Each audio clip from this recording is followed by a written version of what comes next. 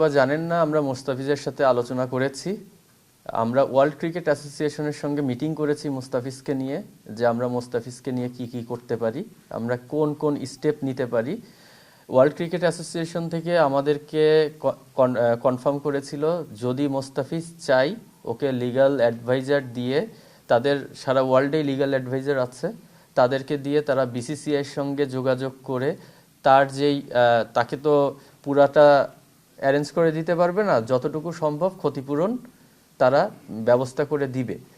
কিন্তু সেটা পরে আমরা মোস্তাফিজের সঙ্গে যখন যোগাযোগ করি, মোস্তাফিজ এই জিনিসটা নিয়ে, কারণ এটা দেখেন সম্পূর্ণ ওর ব্যক্তিগত ডিসিশন। বিজলি কেবলসের স্কিন কোটেড ইনসুলেশন আগুন প্রতিরোধী। বিজলি কেবলস, নিরাপদ আজীবন।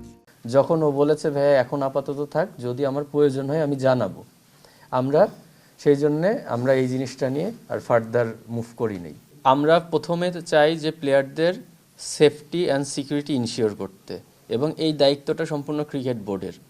যে অবশ্যই বাংলাদেশ টিম কোথায়, আমি চাই বাংলাদেশ টিম ওয়ার্ল্ড কাপ খেলুক। ওয়ার্ল্ড কাপ কেন খেলবে না?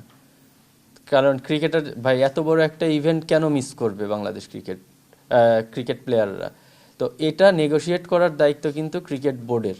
ক্রিকেট বোর্ড কিভাবে নেগোশিয়েট করে এই প্লেয়ারদের খেলার ব্যবস্থা করবে, সেটা সম্পূর্ণ দায়িত্ব ক্রিকেট বোর্ডের। এবং আমি বিশ্বাস করি যে খেলা বন্ধ হতে পারে না। প্লেয়াররা কেন বঞ্চিত হবে ওয়ার্ল্ড কাপ খেলা থেকে? রাজনৈতিক যে অস্থিতিশীলতা তৈরি হয়েছে, সেটা রাজনীতির জায়গায় রেখে দেন। খেলাটাকে আল্লাহর রস্তে আপনারা রাজনীতির সাথে মিলাবেন না। রাজনীতিকে আলাদা রাখেন, ক্রিকেটটাকে আলাদা রাখেন। আজ আমরা অনেক দিন ধরে খেয়াল করছি, এই ক্রিকেটটাকে রাজনীতির মধ্যে জড়ায় কিন্তু একটা নোংরামি শুরু হয়ে গেছে।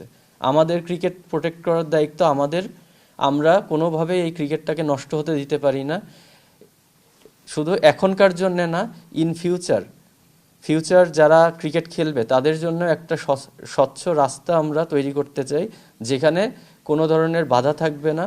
শুধু প্লেয়াররা খেলার দিকে মনোযোগ দিবে, আদার্স কোনো বিষয় তাদের উপরে ইফেক্ট করবে না। আপনারা বলতে ভাইয়া আমি কাউকে নির্দিষ্টভাবে মেনশন করি নেই। আমার এটার মিনিং হচ্ছে যে আমাদের ক্রিকেটটাকে প্রোটেক্ট করতে হবে।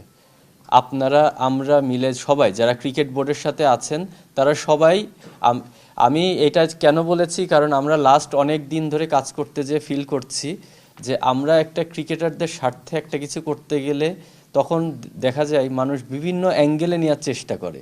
হ্যাঁ, আল্লাহর রস্তে আমি আপনাদের সবার কাছে রিকোয়েস্ট থাকবে যে ক্রিকেট শুধু ক্রিকেটের মধ্যেই যেন থাকে, ক্রিকেটটাকে অ্যাঙ্গেল করে যেন অন্য কোনো দিকে নেওয়ার চেষ্টা করা না হয়।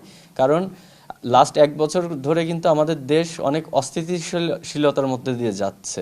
এখানে যে যেভাবে পারছে তার ব্যক্তিগত অ্যাডভান্টেজ নেওয়ার চেষ্টা করছে।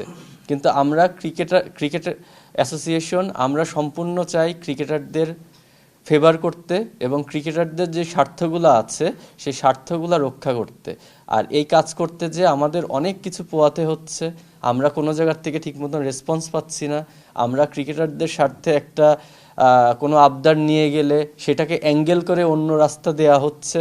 তো এই কারণে আমি জিনিসটা মেনশন করেছি যে আপনারা যেমন ক্রিকেটের স্টেক হোল্ডার, আমরা ক্রিকেটের স্টেক হোল্ডার, আমরা যারা ক্রিকেটের স্টেক হোল্ডার আছি, আমরা সবাই মিলে যেন এই গেমটাকে প্রোটেক্ট করি, যেন আমাদের উপরে আমাদের এই খেলাটাকে যেন অন্য কোনো অ্যাঙ্গেলে নিয়ে এই ক্রিকেটটা নষ্ট না করা হয়। দেখেন, দুঃখজনক হলেও সত্যি যে এর আগে প্লেয়ারদের নামে প্রতিনিয়ত এরকম অনেক ঘটনা ঘটেছে।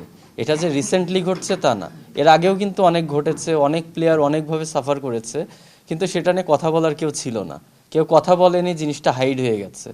কিন্তু আমরা ওই সময়টাকে বদলাতে চাচ্ছি। আমরা ক্রিকেটারদের স্বার্থ দেখতে চাচ্ছি এবং ক্রিকেটারদেরকে অসম্মানিত করে যদি কোনো কিছু করার চেষ্টা করে কেউ, সেটাকে আমরা প্রোটেক্ট করতে চাচ্ছি। আমি পড়ে শুনিয়েছি মনে হয় আমরা কি চেয়েছি, এবং আমরা বোর্ড বরাবর যেই অ্যাপ্লিকেশনটা করেছি বিসিবি প্রেসিডেন্ট বরাবর, আমরা দেখি উনি কি অ্যান্সার করেন। আমরা নেক্সট স্টেপটা দেখি। আমরা অফিসিয়ালভাবে মুভ করেছি, অফিসিয়ালভাবে কোনো রেসপন্স আসে কি না। যদি তারপরে উনি যদি মনে করে উনিই রাইট, তখন আমাদেরও তো রাইটস আছে অনেক কিছু করার।